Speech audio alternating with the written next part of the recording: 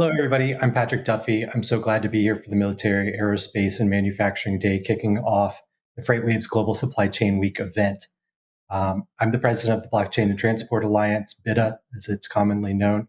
Since 2017, BiTA has fostered a global community of innovative companies that power the global supply chain. Together and through the principle of co-opetition, we seek to build out open source data elements that will power blockchain-enabled commerce. And I'm thrilled to be joined today by Jeffrey Curtis, who's the Vice President of Defense and Supply Chain at SIMBA Chain. And Jeff, welcome. Thank you very much. Great to be here. Thanks. And so before we get into SIMBA Chain, can you give the audience some context as to why SIMBA Chain has brought you on? Maybe a little bit of background about yourself, your career, and what this new role entails. Yeah, no, thank you very much. I'd be glad to. So I retired out of DoD and I think right at the end of 2018. And I had been there 33 years, which is like a third of a century, which makes me feel very old. But I had stumbled into logistics when I was young. I'd had kind of a typical hard scrabble college time where the first year, you kind of think maybe that doesn't count. But it does put you behind in terms of getting out in 4 years. So I was looking one day, like, what's going to get me out of here the quickest, which is not the best way to make a career decision, by the way. But so I was looking through, and there was something called transportation and logistics. And I'm like, oh, this will get me out quick. But the more I looked at it, I had been a math guy by trade. And I'm looking at this, I'm like, I think this is good. So I became a logistics major. And honestly, that 15-second description is how I became a logistics major. It was not the most well thought out thing I've ever done. But it seems like a lot of people fall into logistics. Yes. So I don't think that's too unusual and will probably resonate with the audience. Yeah, I don't think anybody grows up with this passion that I can't wait to graduate, go to college, graduate, and become a supply chain guy. It doesn't have the sexiness. And it's not that sexy until something goes wrong, and then it gets exciting real quick. So it's incredibly important. I'll circle back real quick to my career, but one of the things, my daughter's usually my baseball buddy, and she's an adult now, but when we would go to games, I would ask her about the umpire. And she's like, I don't know. Why would I know anything about the umpire? I'm like, no, that means he did a great job. I mean, he was almost invisible. He did everything right. And I think through my career, that was kind of how that worked, was if nobody noticed what I did at the Defense Logistics Agency, which I'll talk a little bit more about, all the military guys had their food, their clothes, their medicine, they had their spare parts, things were running, and they were ready to operate and defend the country. That means we did a great job. They didn't notice. They didn't have to worry about it. It got lively when something went wrong, and DLA did about $40 billion a year in business with the military, and which would have put us, like maybe 60 or 70 in the Fortune 100. And you do that much, every once in a while something's going to happen. And when it did, it got, like I said earlier, real lively, real fast. So it's just stunningly important. It's just below the radar almost. And that's the way it needs to be. So going through college, somebody came to talk to one of our classes one day and said, hey, you should do co-ops and internships. Co-ops being where you go to school for a quarter, and then to work for a quarter. And I'm like, yeah, this sounds good. And I ended up at a place I didn't really know much about called the Defense Construction Supply Center in Columbus, Ohio. I went to Ohio State. And it was just this wonderful match. And it turned out they were part of the Defense Logistics Agency. And it was just a good match. And I came in making $6 an hour, which was more than Blockbuster, rest in peace, and McDonald's were paying at the time. And I did that for a couple of quarters. And when I graduated, they said, do you want to stay? And I'm like, yeah, I'd love to do this as a career. And did that. And eventually it was just this wonderful match. And I started moving up, and I went to Chicago for a few years. And then I came back to Columbus. And then pretty much most people can figure if you're in DoD and you want to make a career out of it, you're going to end up in Washington at some point, or the National Capital Region. So the family came down here, and I did well here, and eventually became what's called an SCS, which is the civilian equivalent of an admiral or a general, or a flag or general officer, and did that. Did you get the stripes or the stars? I did not. I tried. They didn't go for that too much. That was apparently a bridge too far. They didn't like that or my Slipknot T-shirt. So somewhere in between was this middle ground that they liked better. But people would ask a lot, like, they'd ask for career advice and like, how did you do this, and so on. And I said, be mobile. Even if you can't move, be organizationally mobile. And there's such opportunities. At DLA, there were huge opportunities. At DoD, there's huge, huge opportunities. And then if you think where I live here in Northern Virginia, there's the entire federal government almost, and even bigger opportunities. But as I told people that, I realized I'd been at the same agency for 29 years. And I started thinking like, I should eat my own dog food, physician heal thyself, whatever the right pithy little phrase is. And I went to work at OSD in the Office of the Secretary of Defense at DoD headquarters, and worked on reform when General Mattis came in under the last administration as the secretary, and ran a lot of that and a lot of something called category management. And there was an opportunity to retire. And I thought, I just saw my youngest kid walk by the door a moment ago. He's in college now. So I thought one kid's out of college, the other one's in. I could roll the dice and retire and take an early retirement and see what happens. And I did. And looking back, I was quite frightened. And it's like, what's this new frontier going to look like? And I was at a supply chain risk consortium, or whatever the right phrase was. And I met a young man named Anjan Roy, and everybody seems young to me, but he's quite the adult. But somebody younger than me, and he said, "Hey, I heard you talking. I know who you are. I work for a blockchain startup. Any interest in part-time and consulting and this and that?" And like, yeah. So I ended up in a blockchain company, and part of what they were doing was a lot of supply chain, which lends itself to blockchain very well, and vice versa. And I did that for about 8 or 10 months, and they said, "Do you want to stick around full-time and be vice president of defense and supply chain?" I'm like, yeah, absolutely. I had no plans. I guess it was almost like becoming a logistics major at Ohio State. It wasn't a well-thought-out plan. The universe spoke, and every once in a while I have the good sense to listen. And it was kind of serendipitous, but that's how I got to SIMBA, and it's just been phenomenal. So after a career of entrepreneurship inside of a huge organization, you finally took the entrepreneurial step. Yeah, and it's quite a jolt. It's like shifting paradigms without a clutch. It's just this jolt. I was making some notes earlier, and I did some checking.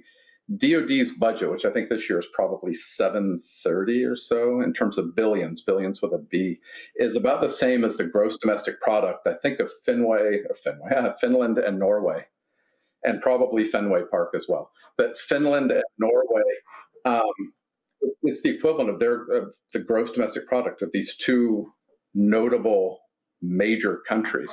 So to go from that and the inertia that you fight every day, which isn't bad, it's just a fact of life, and all the bureaucracy, which is also good and just a fact of life, to something as nimble as a 3-year-old startup in blockchain, a new technology, was jarring. And thankfully, they've been wonderful to me and have given me a lot of latitude, because it's new. It's a new frontier. There is no doubt.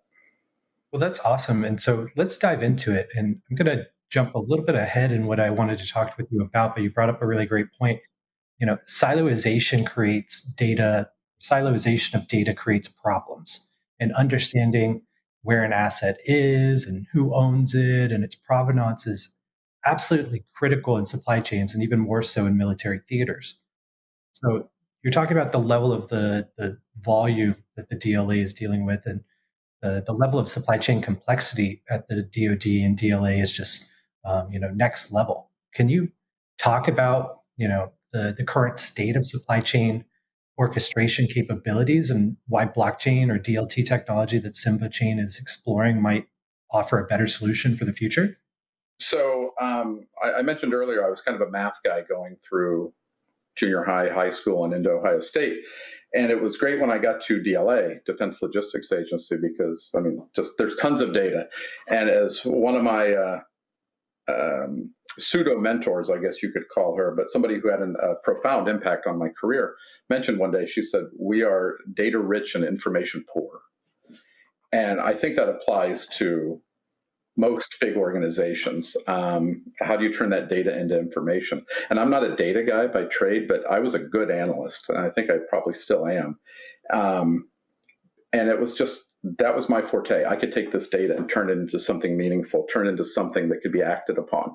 But one of the challenges I found as I look back on my career was I probably, Patrick, spent 2/3 of my time on a project cleaning data. The data always showed up dirty. A data hygiene problem. Yes, absolutely. And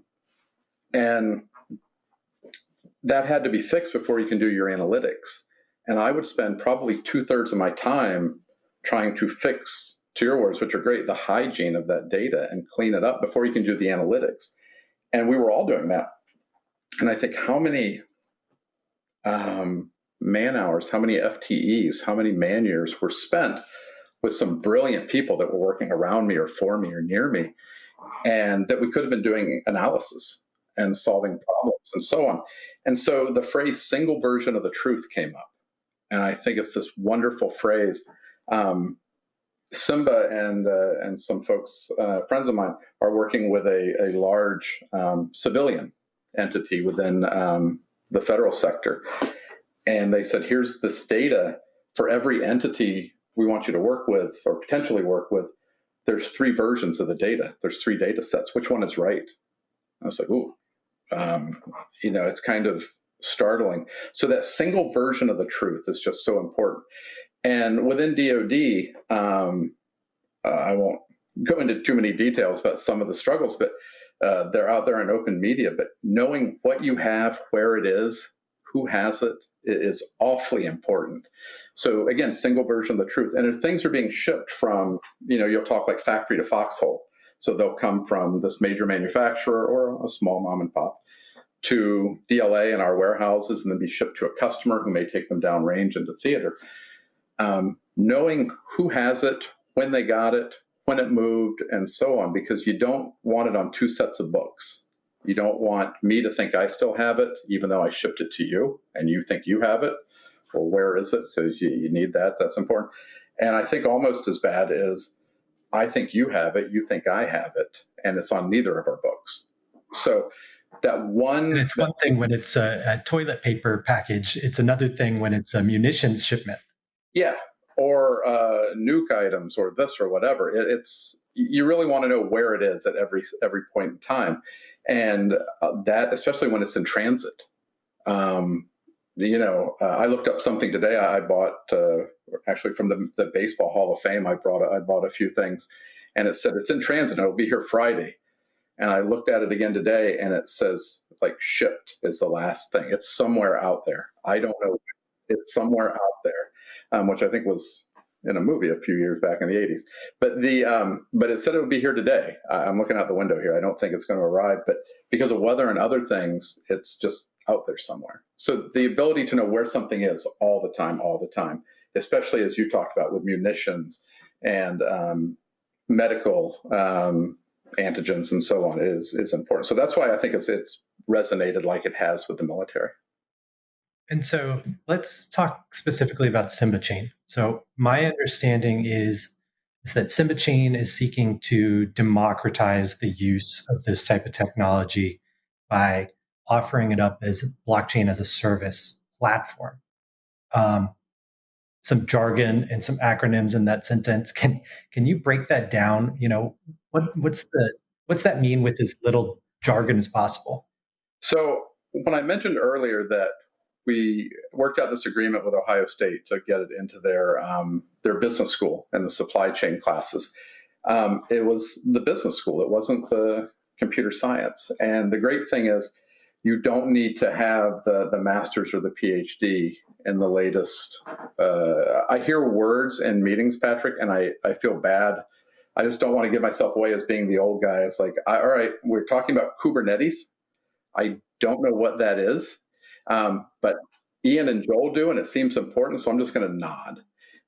But I know my way around supply chains probably as well as anybody in normal population. But what SIMBA has done is it's almost like drag and drop.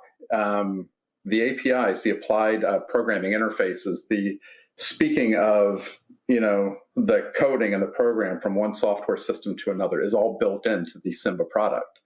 And that's why I go back to Joel setting up 5 supply chains or 5 old school 5 blockchains in 60 seconds. It's drag and drop. All right, what do you want to track and from where, and then it will do the APIs internally. So hopefully that's about as high level or seems appropriate in terms without too much. Yeah, I think that works really well. We were talking earlier, and I loved it in the Microsoft Azure store.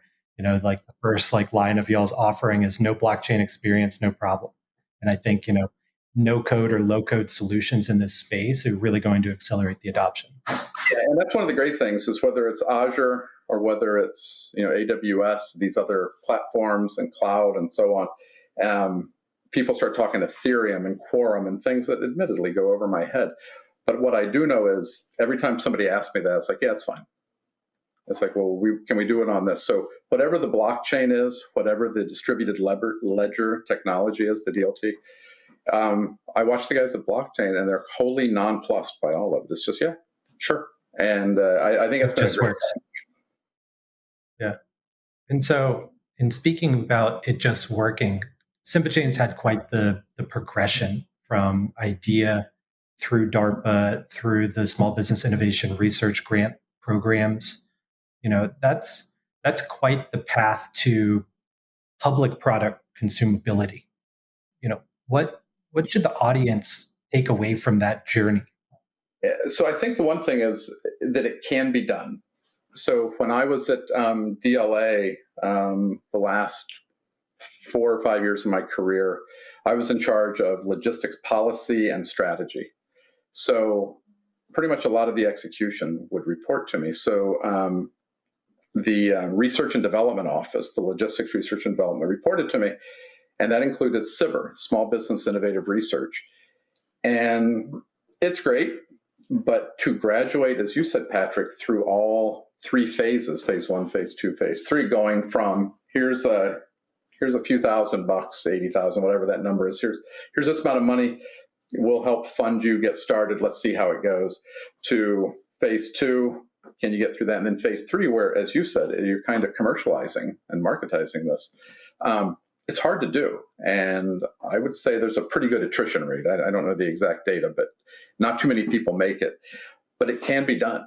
SIMBA did it, and I think that's that's very much a function of Joel Neidig and Ian Taylor, our co-founders, who are the CEO and CTO now, just being relentless with this. So the big takeaway is it can be done. It's not easy. And once you get through it, you're still a startup with all the challenges that come with that.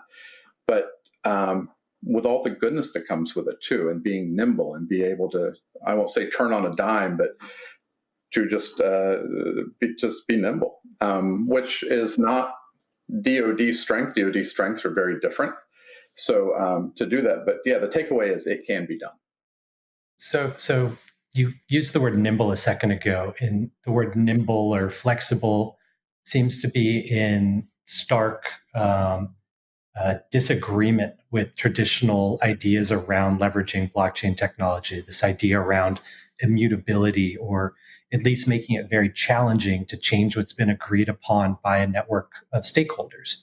Do you feel, with your experience, that type of, they call it triple entry accounting, if you want to get into that side of things, like, is that an asset or is that an additional challenge of leveraging this tech for the military sector? So I think historically it would have been a challenge because you would have had to have found folks that know how to do that accounting, how to do that coding, how to do that programming. This turns that into very much a strength of SIMBA, because literally it's almost drag and drop. I won't say it's like purely drag and drop. You need to know some other things. But really it can take it to the analysts. It can take it to the business people. And we used that word democratization earlier. It takes it down to the folks that can actually use it and that know how these things work, as opposed to me telling you, hey, programmer, I need you to do this, and then you do it, but things get lost in translation, and then you bring it back to me, and you say, is this what you want? It's like, almost. And back to the Ohio State, not even an analogy, but real life again, it's going to the business students. So I think it's just a wonderful tool that's taken it down to the user level. And so it's great that the usability is coming down from somebody that has to be really technical to somebody that's more a business strategic maker, or business process decider. Um, in my experience, anecdotally, it still seems like the decision makers to move forward on these projects is still at the C-suite level. When executives are thinking about whether or not blockchain or DLT style solutions are they right for us? What are the questions they need to consider? Yeah. So I think within DoD, auditability, I think, is a challenge. DoD is the only executive level department within the federal government that doesn't have a clean audit opinion.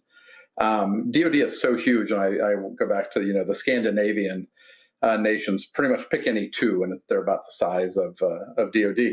So to get through an audit, well, just that the words I actually just used there, to complete an audit was a success. Just having it done, passing it was pretty much not it's the goal, but I think we were realistic to just getting through it. There was a phrase, I'm grabbing a pencil here or a pen, that we didn't want to hear, and it's called pencils down. And it just means everything is so messed up, I can't even do this. I can't even audit you. But we got through an audit, which was just a huge success. And that audit, while costing a lot, also identified lots of goodness, assets we didn't know we had, that we didn't know were ready to go and that were ready in terms have been maintained. So that's one thing. When you talk about auditability, blockchain is great. When you talk about wanting a single version of the truth, when you need to know where something is, when you want to have the process, and one of our guys at SIMBA made a comment the other day that I thought was just so prescient. Somebody said, I've heard about this, but I don't really know what it is. And he said, just think if you want to know what you did and when you did it forever. It can never be changed. It's not going to get lost. It's distributed, so there's no single point of failure. You will know what you did and when you did it. So whether that's money, whether that's goods and assets, you will know. And so you don't have to worry about, well, when did we lose track of it? And you can just start following it through. So I think decision makers need to know that. We're at a point now where the decision makers are starting to say, I need it for this. At one point, we had, there was an entity within DoD that said, I want blockchain. And when his or her folks said, to do what? The answer was, I want blockchain. No clue as to why. Just I've heard about this. I think there's a quote from an admiral back in like World War I or II of, I don't know what this logistics thing is, but I want some of it. It was kind of similar to that. But now we're getting past that, and it's, hey, I can use it for this. I have this problem over here it can solve, and it's working its way into the genuine mainstream. That's awesome. And so our 20 minutes goes by so fast. I could sit here and talk with you, and I plan on following up for more conversation. Yeah. So, SIMBA Chain has this great 4-question quiz on y'all's site to let people figure out, if blockchain's the right path for a certain project. I certainly would encourage people that are interested in figuring out that to check it out. Where can people find the quiz, and where can people learn more about SIMBA Chain? So just simbachain.com. They've done a great job with the website.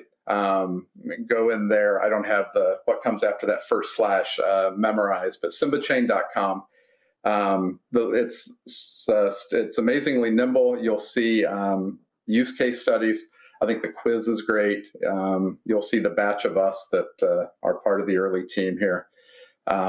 It's good stuff, and it's genuinely a great place. I can't say enough good things about them. Not just the product, but also the culture. And coming out of the first job after my 33, 34-year DoD career, it's been a wonderful landing spot, and they've just been great. And the product is just spot on. Awesome. Well, I know we're excited to investigate the product a little bit more as we push into the implementation phase at the Blockchain and Transport Alliance. So thanks, Jeff, so much for joining us today. I encourage everybody to tune in over the next week as the FreightWave team brings the audience experts from the automotive, consumer product, good, in all sorts of different supply chain verticals. Thanks so much. We'll see you later.